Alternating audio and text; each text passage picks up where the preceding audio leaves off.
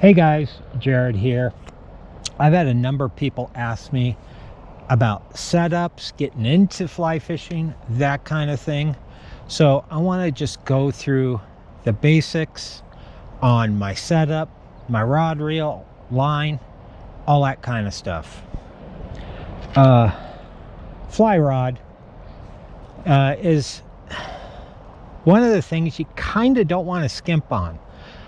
Don't go to Walmart and buy, what is it, the Cortland. If you look at the Cortland, the diameter down here where it meets the cork, you're going to see it's the size of my thumb or something. It's going to cast like spaghetti, cooked spaghetti. You want something with some backbone in it. If you see that it's super fat diameter, it's cheap ass POS. They make inexpensive fly rods. The Crosswater, you can buy the Crosswater setup. Comes with rod and reel and line. The line's garbage, I will tell you that. And it's like 100 and 150 bucks. You can find them used on eBay from time to time under 100 bucks. It's a good starting point in that regard. You don't need a fancy reel. The Crosswater reel, this isn't a Crosswater, but the Crosswater reel is a $50 reel, and it's a good reel. But you can buy the Crosswater combo for used for less than 100 bucks. New, I think 150 or something. Just a few years ago, you could pick them up for brand new, the combo, for 100 bucks. Fly line.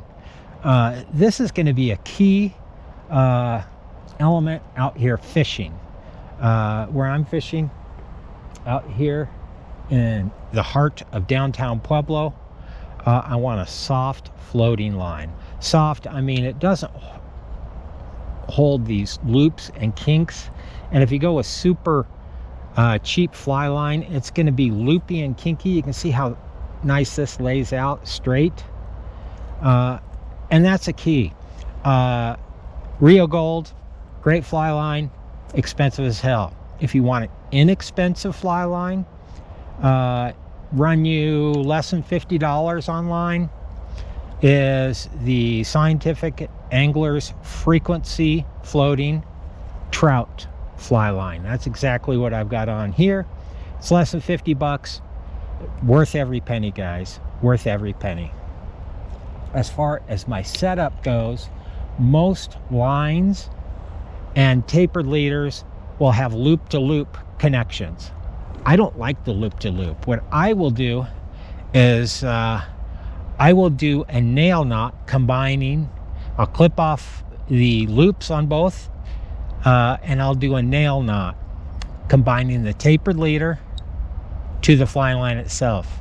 What that does is gets rid of all that big bulky knots, because when you reel it in through the tip or strip it in through the tip, it's going to grab and hold. And you can put a little bit of super glue or a little bit of epoxy over top of the knot, make it smoother through the eyes. I'm not going to show you how to do the nail knot. There's lots of great videos on how to do it that do better than I could do on a nail knot. I generally use a 6-foot tapered leader, and I will cut it back to about 6, 7, 8 pound test. And then I'll put, if you can see that, I'll put a tippet ring on there, which is like just an eye of a hook. And then I'll tie that tippet ring on, and from that I can tie tippet material going down. And when I need to change, when it gets messed up, tangled, I just have to replace this tippet material. A tapered leader like this will last me a good season. And you know I fish a lot. So tippet ring are awesome. Definitely do it. Generally where I'm fishing today, 5X tippet material down to a strike indicator. This is one of the Oros strike indicators. I really like these. They're a little more expensive. They just screw on to your line. So they've got a little groove in there in the center of the screw. You put your line in there, screw it on, and you can adjust it and tighten it down, really crank on it tight so it doesn't slip on you. I like these strike indicators. I carry them in all 3 sizes with me, and I go with the smallest I can get away with without my fly or the current sinking it, and then I can see properly. Smaller is better because it's going to be more reactive when a fish takes that line, tugs on that line. But I like that. Down to my first fly. Now the distance between your strike indicator and your first fly is about 1.5 times the depth of the water. So if you're fishing in 2 feet of water, generally about 3 feet between your strike indicator and your first fly. Nice thing about these indicators, loosen them up, slip them up or down as needed. So first fly is generally is where I run the weighted fly. This has got a bead head on it. This is just a little bugger. It's also got a little lead on it. And I just tie it on there with an improved clinch knot. Easy peasy lemon squeezy. Again, lots of great videos on how to tie knots online. Much better than I could do. From there, I'll take some more tippet material, and generally I'll run 5.5 or even 6x behind. I'll tie a Duncan loop, and it will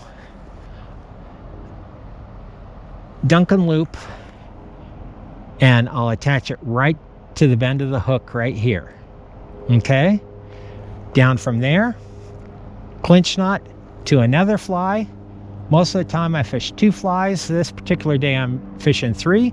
So clinch knot, improved clinch knot, another Duncan loop, and a 3rd fly. If you're new to this, stick with 1 fly. Got a little experience, go with 2. But generally, I'm going to have my weighted and my largest fly first, my unweighted smallest fly last. So that's my basic setup, guys. Hope it helps you. Thanks so much. Hey guys, how you doing? Good, you? Good. Catch anything? I haven't thrown the line in the water yet. No. Thanks so much, guys. Hope this helps you. Give me a thumbs up if it does. And I hope to see you out on the water.